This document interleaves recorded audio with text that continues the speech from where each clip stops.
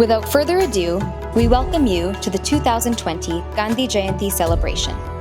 This year, due to the current pandemic and our commitment to safety, we are excited to share an online program with the hopes of seeing you all in person in 2021.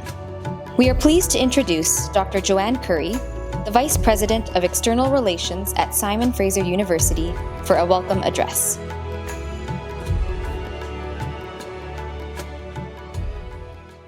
Greetings.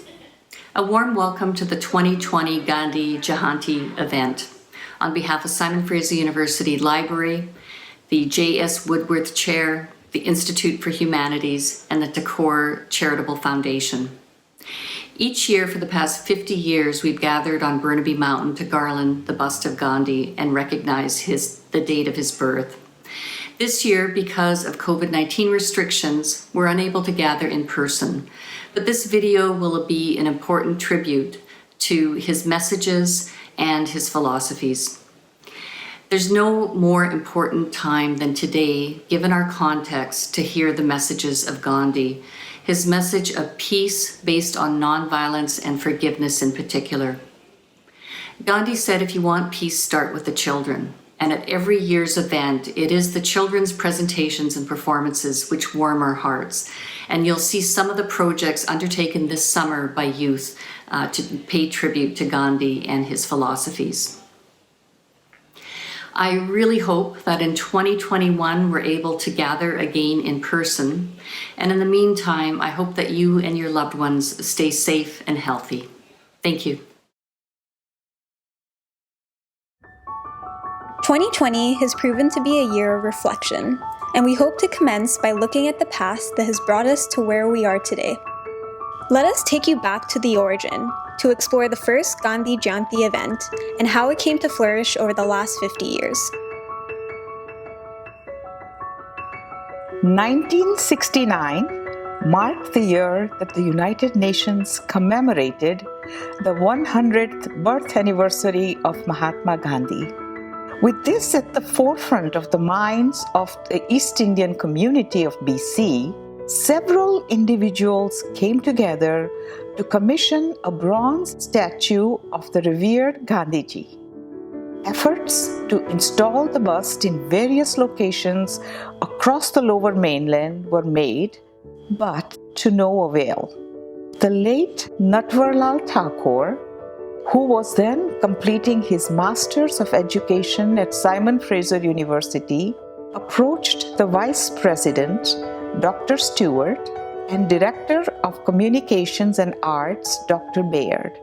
Despite multiple challenges, roadblocks, and some resistance, the University and Senate agreed with the installation of the bust into the newly founded Gandhi Peace Square. Initially, the bust represented a man from India who preached the principles of nonviolence in the face of oppression and adversity.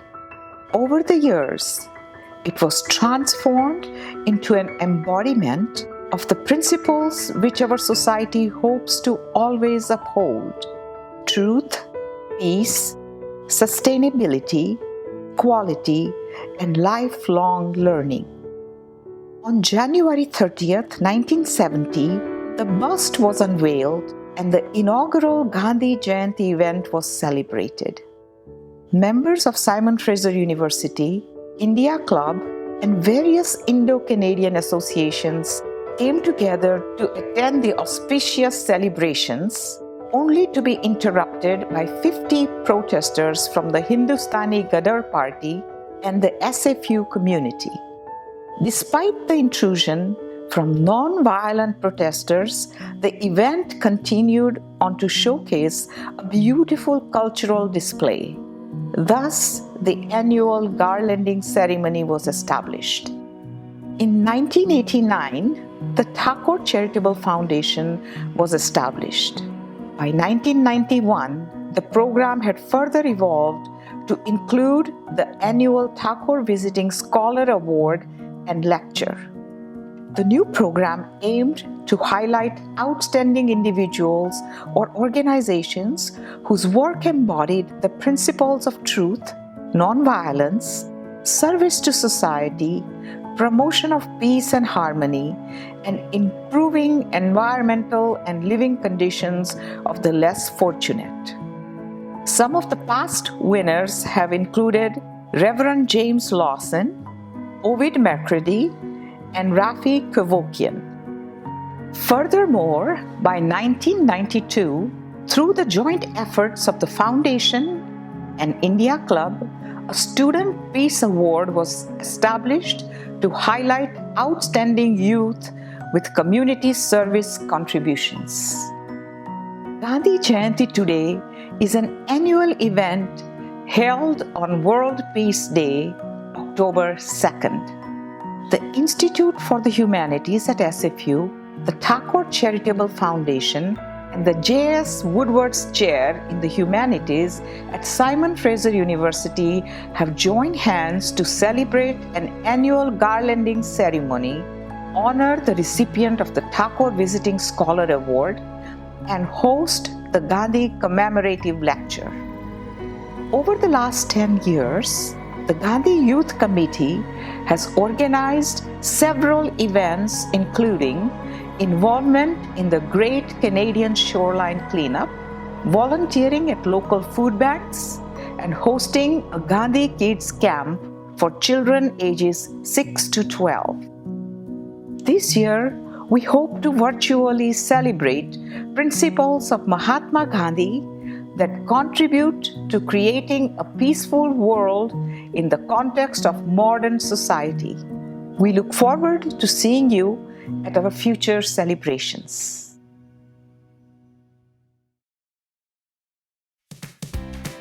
"2020 has been a year that reminds us of the importance of community support. As we focus on the present, we turn to our youth of today to remind us of how the principles of peace, mindfulness, sustainability, and community service can apply in our modern-day world. This summer, they decided to take on various projects to apply Gandhian principles to causes that resonate with them. Let's see how these youth decided to embrace their spirit of community service and lifelong learning. So I did a car wash and we raised money, and with the money we bought packaged food and we made care packages for the homeless. And we handed them out in downtown for those in need. And for the younger kids, we went to the park and some other forest area to clean up the environment. I clean where I live and I keep it clean so I can play there. We are fundraising for BC Children's Hospital. The reason I want people to donate to the BC Children's Hospital is so that other kids can be treated the same way and can get better. On September 5th, we did an interactive Zoom meeting where we showed them how to make chocolate chip cookies in return for their generous donations. Giving is so important because having the power to help others is very fulfilling and rewarding overall. We wanted to remember Gandhi and say, the future depends on what we do today. This is a peace pinata. Those many kind of peaceful things that I glued on. What made you think of dream big and dreaming? Gandhiji liked to dream. What did Gandhiji dream about? No fighting, no violence, and peace. For my Gandhi project, I have chosen to make a book report on a story that I felt connected. The story's name is The Light. I also, in my book report, I also wrote a letter to Gandhiji. I will read it out to you now. Dear Gandhiji, today I read a book about a girl called Lily. It is about a girl who has skin darker than everyone else she knew. For that reason, she wasn't that kind to herself and she didn't really like herself. In the end of the story, she learns that being darker in color is something to be proud of.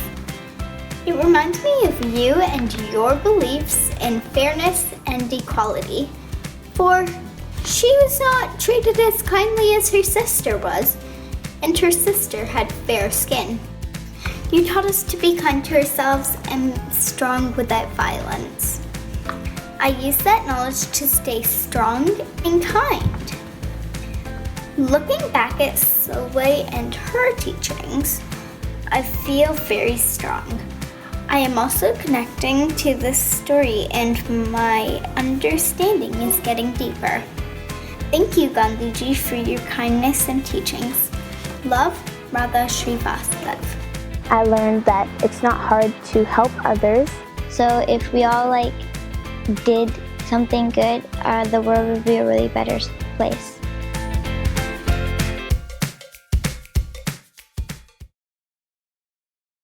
If we are to teach real peace in this world, we shall have to begin with the children. A quote spoken by Gandhi, which resonates well with the principles our youth have demonstrated this year. Words have power, and that's reflective in the countless quotes that have inspired many to take action today. Many civil rights leaders were able to spread their messages by choosing impactful words to affect change. We choose to take these timeless messages and spread them across our community, one quote at a time. This is Pass the Message.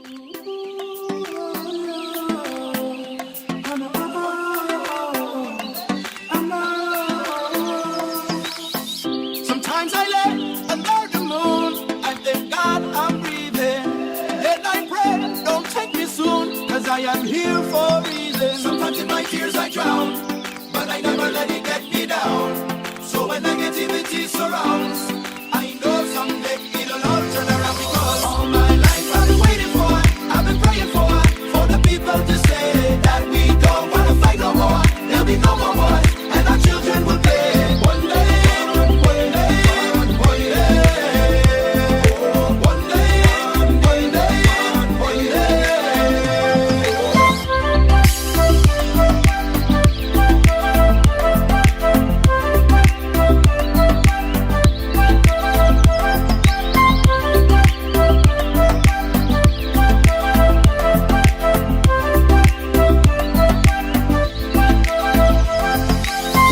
It's not about win or lose, 'cause we all lose when they feed on the souls of the innocent. Blood-drenched pavement, keep on moving though the waters stay raging. In this maze, you can lose your way, your way. In my job, you crazy, but don't let it face you, no way, no way. Sometimes in my tears I drown, but I never let it get me down. So when negativity surrounds, I know someday it'll all turn around, because all my life I've been waiting for, I've been praying for the people to say that we don't wanna fight no more. There'll be no more wars, and our children will play. One day, one day, one day, one day, one day, one day.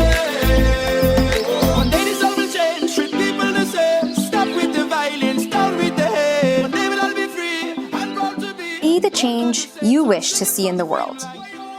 As one of the most recognizable Gandhian quotes, we often forget its meaning. During the past year, we have faced many challenging times, but that has not deterred many people from trying to bring peace to their communities. Being the change can start as one small act by one individual. In the next item, we want to highlight various members of the community who took on inspiring ventures in order to bring some light during these uncertain times. This is Be the Change. Hello, my name is Tiang and I am the change. Welcome to the Falls Creek Olympic Village Adopt the Plant Library. We set up this plant library in June of 2020 to bring together the community and provide plants to green people's spaces. A lot of the community is living in condos, so we felt that we wanted to make plants and seeds accessible to everyone. So we've donated over 300 plants since June of 2020. We wanted to do this to bring together the community and get each other to, meet each other one-on-one, as well as bring people out of isolation during COVID. There's been a big uptick in people wanting to start gardening because everyone's home all day. And it's brought a lot of joy and love to people's families. I found this project very rewarding, and it's very nice to be able to give back to the community and see the smiles on people's faces when they pick up a plant or a pack of seeds. My name is Helen Race, and I am the change. In 2016, I was awarded the Mahatma Gandhi Student Award for my volunteer work with AIDS Vancouver, seniors in long-term care, and students overseas in Indonesia. Since then, I have volunteered with BC Cancer Agency and worked as a registered care aide on the front lines of the pandemic, all while completing my nursing degree.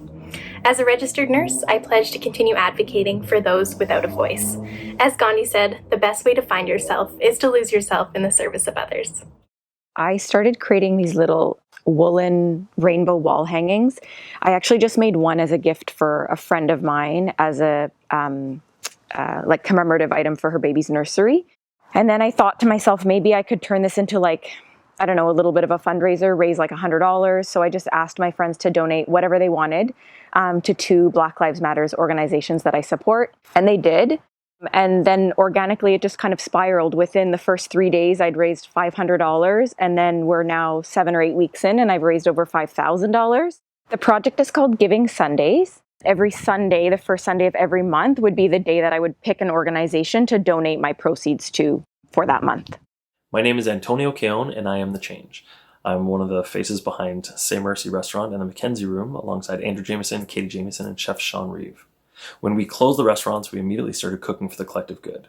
We knew that our staff was going to be out of work, and we wanted to make sure that they would be fed during these very uncertain times.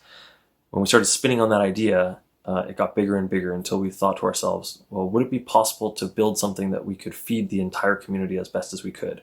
We knew that was crazy, so we reached out to other restaurants and got them on board, and the Staff Meal Initiative was born, where we inspired a number of restaurants in Vancouver to put together $5 to $10 meals that people could purchase for themselves, for their friends, for their family, and for their neighbors. We were motivated by the uncertainty of these times. There was no playbook, but the only thing we knew was that if we could reach into the community and take care of each other, we would find strength, and we would find something that allows us to get through this together and to build something bigger. There are a number of metrics around what we did, the number of meals that we handed out, the amount that was given to the food bank, the number of meals that our peer restaurants were able to put together. But for me, those pale in comparisons to a lot of the stories that showed up. For me, the stories are immeasurable, but they actually show the true impact. The family for whom both parents were laid off, but when they showed up anytime to pick up their staff meal, they made sure that their 3-year-old was there to give a donation so that he could understand the economy of kindness and how it worked, what it meant to pay something forward. Or the frontline workers who were separated from their families, for whom their families were purchasing staff meals for them as a way to stay connected and to show them that they were loved. Or the person who messaged us with a fairly large order and asked us to drop it off at their building, only for us to find out that none of the food was for them. It was to go door to door to make sure that all their elderly neighbors in that building were being looked after, because they all had families that lived very far and weren't able to look after them because of the pandemic. So for all the numbers that kind of show up on our stat sheet, it's the human aspect behind it, the humanity and the heart that really tells the story of what we were able to do. And for us, I mean, why did we do it? That's why. That's it. I am the change. I am the change. We are the change. We are the change. I am the change. We have seen the successes of the past, the community of today, and the change makers of tomorrow. Now take a moment to think, what will you do to make a difference this year? How can you inspire positive change? Thank you for joining our virtual Gandhi Jayanti celebration of 2020. For more information or to get involved, visit the Gandhi Jayanti website or send us a message at gandhikidscamp@gmail.com.